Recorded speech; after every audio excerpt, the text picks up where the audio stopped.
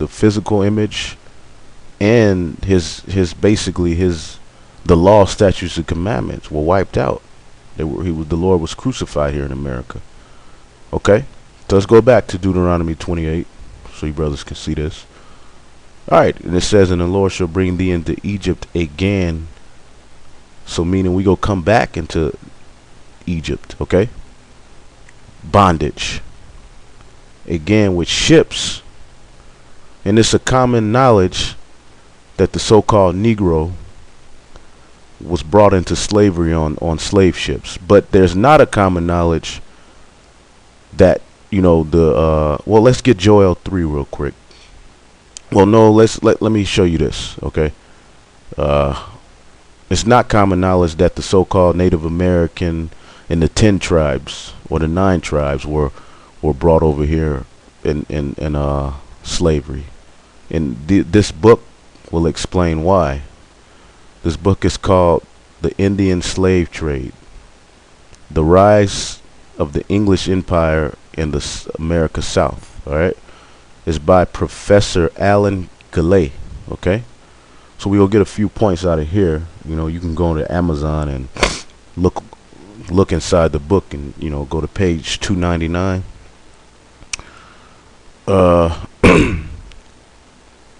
I'm gonna start here. It says Charlestown, as Peter H. Wood incisively shows, was an Ellis Island for African arriving in the New World, but it also marked the point of deportation for thousands of Native Americans. Okay, so Native Americans were also brought over here into the New World in slave ships. Okay, scholars have underestimated the size of the Indian slave trade for 2 reasons. There is little record where a large number of Indians were shipped. Okay, and the sole extent official Carolina document recording exports for the periods which covers the year of June of 1712 through June of 1713 lists only 5 slaves exported. And why is that? Because the 10 tribes, or the Northern Kingdom, they weren't really a big commodity back then, because a lot of them were dying off. They weren't basically as strong as Judah. Okay, a lot of them were dying off, so they weren't as much importance. But what this showed you is that the Northern Kingdom was also brought here in slavery. We're gonna get another page, okay, in the same book. Start here. This is on page 302. It says, for instance, because you got to understand, the Northern Kingdom was shipped on slave ships too, man. So that scripture doesn't just apply to Judah, Benjamin, and Levi, because you got a lot of niggas out there that basically say that the Native Americans, Puerto Ricans, Mexicans aren't a part of the 12 tribes, man. But they were shipped, from Puerto Rico to America, America to Jamaica. A lot of them went into France, Great Britain. Okay, so they were scattered too, man. Okay, that all these curses apply to them too.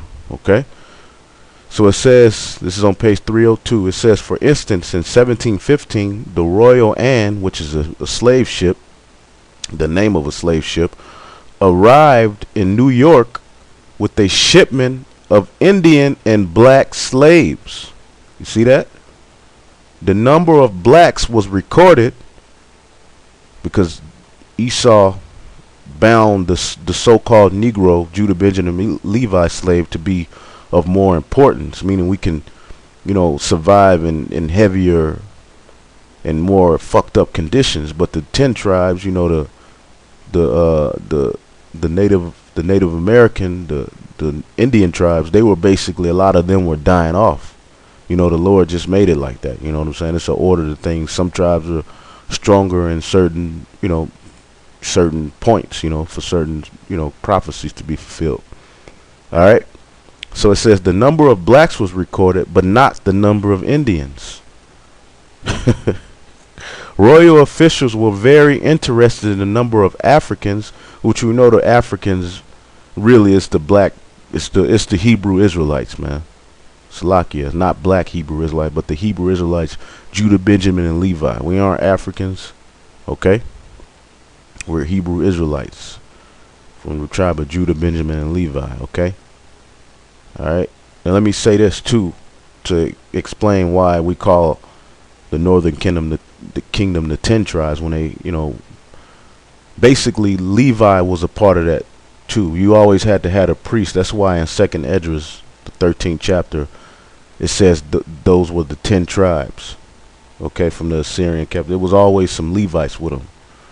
Okay, it was really 9 tribes, but Levi was with them, because they had to have a priest to make it 10 tribes, okay? So you don't be like, well, that's 13 when you say Judah, Benjamin, and Levi, then 10 tribes, okay? Levi was mixed in with them because they needed to have the priest, okay? All right, so it says royal officials were very interested in the number of Africans brought into each colony, but not Indians, because basically, Esau wasn't, as far as slavery, and a lot of those, a lot of the 10 tribes didn't, make it on the slave ships in those conditions. They were a lot weaker, but that's just how the Lord set it up, All right, so let's go back.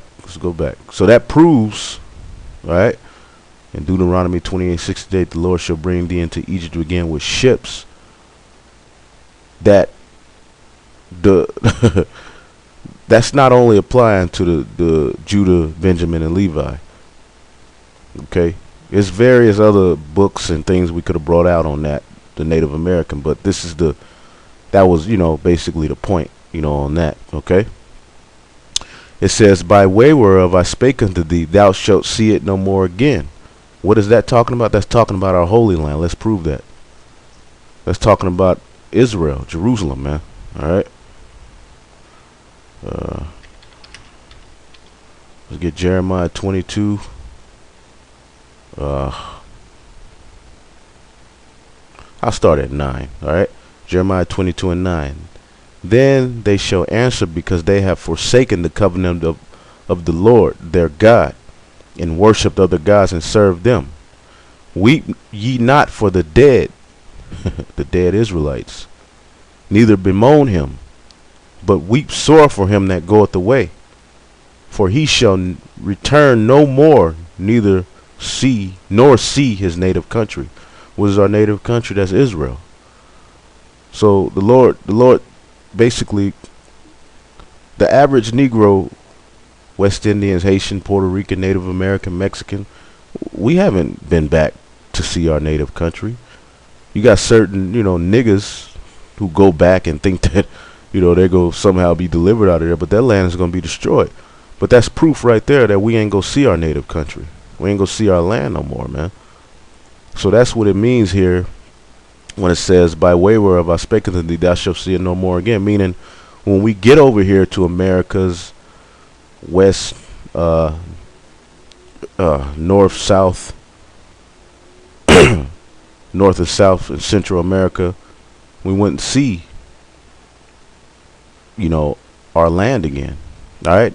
And it says, and there you shall be sold unto your enemies for bondmen and bondwomen. Now the key point here is it says sold. So this word here, sold, basically this cuts their whole thing to say that it said no man shall buy you. And we go get to that too, but it says sold. Sold is the past tense of sell, meaning if you sell me something 2 weeks ago, when I describe the event to somebody, I'm going to say he sold me. Like if Mike sells me a pair of Jordans 2 weeks ago, when I talk to somebody and tell them that, I'm going to say, when I talk to somebody 3 weeks later, I'm going to say he sold me a pair of Jordans. Sold is the past tense of sell, okay? Something couldn't be sold without somebody selling it to you. So that cuts that. All right. This is the definition of sold off of investorwords.com. All right. Because we were an investment to these crackers for these crackers. All right. This is the definition of sold. It says having disposed or remitted ownership of an item to another party in exchange for money or value. In exchange for money or value. So we were sold. Okay. All right. We're the item. Okay. So let's. It says for money or value. We weren't just sold for money. We were also traded for, wine and like the scripture said, musket guns, all types of items. And we go prove that too here. This is Joel 3. And we gonna be finished here in a minute. Joel 3 and 3, it says, and they have cast lots for my people. Betting on us and and have given a boy for an harlot, meaning they made our young men basically breed children, man, and sold a girl for wine that they might drink. So let's get the proof that this is talking about the Israelites. All right.